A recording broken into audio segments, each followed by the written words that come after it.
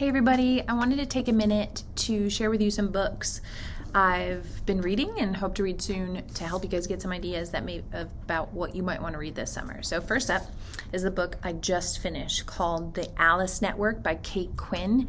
It is a novel that follows the lives primarily of two characters. The first is Eve, and she is a woman who, at the time that we first meet her, she's older. It is just after World War II. But we also follow her life when she's younger in World War I as she's serving as a British spy stationed in France. And so she's spying on the Germans in the midst of World War I. And so we follow her journey and her struggles and her challenges and her successes and her strength and prowess and courage during that time. But our second character, who is Charlie St. Clair, she runs into Eve years later after World War II, and it is through Charlie's story as she's looking for her beloved cousin Rose, who went missing in World War II, that we learn more about Eve's story. So we follow Charlie as Eve is helping her go on this journey to try to find her cousin, and it is through the two's relationship that we finally learn what happened with Eve and how she went through all the challenges she went through and how she comes out the other end of being one of the most successful spies in the most successful spy system during that war, World War I. So what's really cool about the Alice Network is the Alice Network is inspired, albeit a novel, it is inspired by a true story of the Alice Network. That was an all-female spy network during World War I that was the quickest, most reliable way that different people got information to help combat the Germans and their advances in the war. So I would suggest this if you like stories that go back and forth between different chapters from two different perspectives. I love that in novels, and this definitely pulled me in and kept me turning the pages because I wanted to finish a chapter to go to the next one in order to figure out what I just left off on, and so that kept continuing. The two characters are women, so that might appeal to you more or it might turn you away.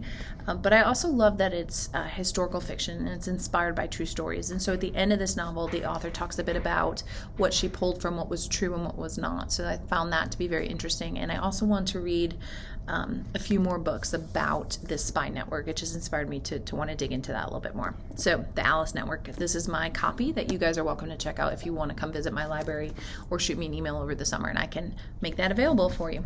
Okay. I won't have as much to say about this yet, but Kristin Hannah, The Great Alone, this was published a few years ago, and so some of you might have already had the chance to get your hands on it. It's my first time reading Kristin Hannah.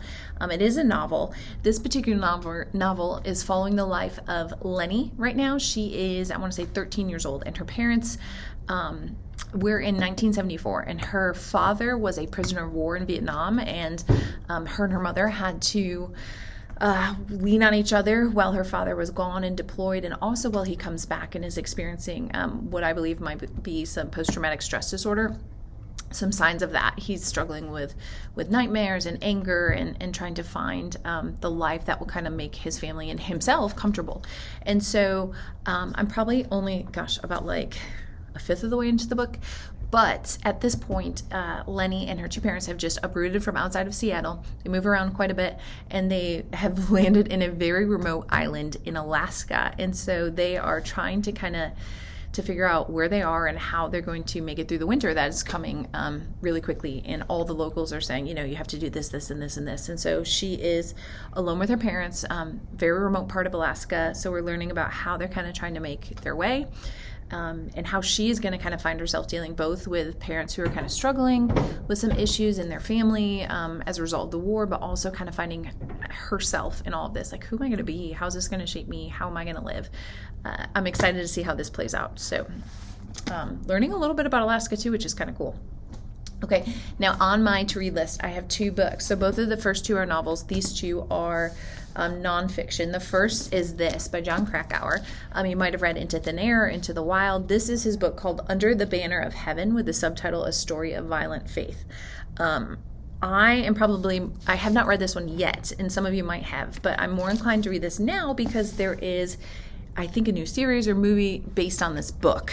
So this book is exploring the cover says, on July 24th, 1984, a woman and her infant daughter were tragically murdered by two brothers who believed that they were ordered to kill by God.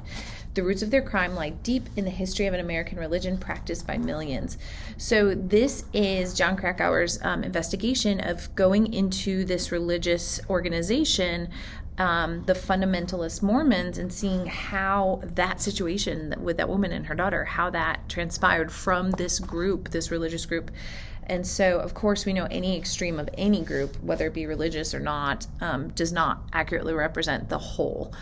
So we want to just be mindful of that. And so I'm really curious to see what his journalism and his story is going to show me. And then I always love comparing books to how they're represented in film, whether that be documentary or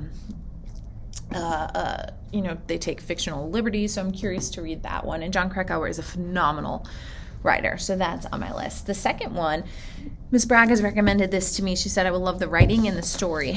This is Know My Name by Chanel Miller, and it is a memoir, and it is written by Chanel Miller. Most people knew her first as Emily Doe when she was a student, I want to say, at Berkeley, University of California at Berkeley. I might be wrong on the exact school, but she was in California as a college student.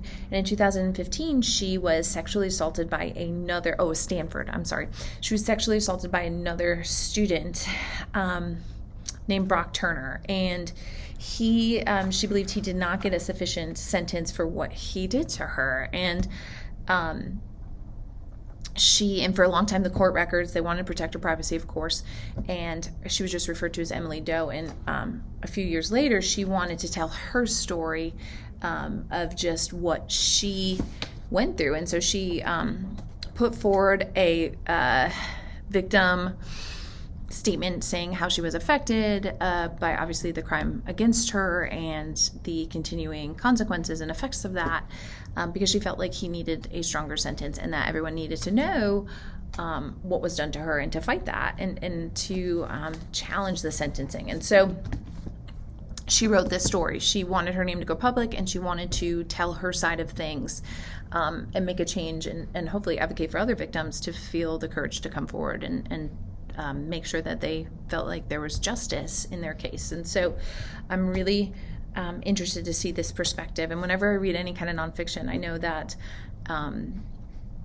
there's way more sides to any given story, and I always am excited to read one particular story and then go and find any other story that exists out there. And so I'm really looking forward to doing that with both of the books on my to-read list. So those are some books. Hopefully my book talks inspired you to maybe pick up some of these books or to spend some time thinking about what you might like to read that's going to hold your attention as you spend a little bit of time this summer picking up books off shelves that you love and that you enjoy, and to share them with me when I see you again in August. Y'all have a wonderful summer. Yay for senior year. It's going to fly by, and I'm so excited to be on this journey with you. So bye for now.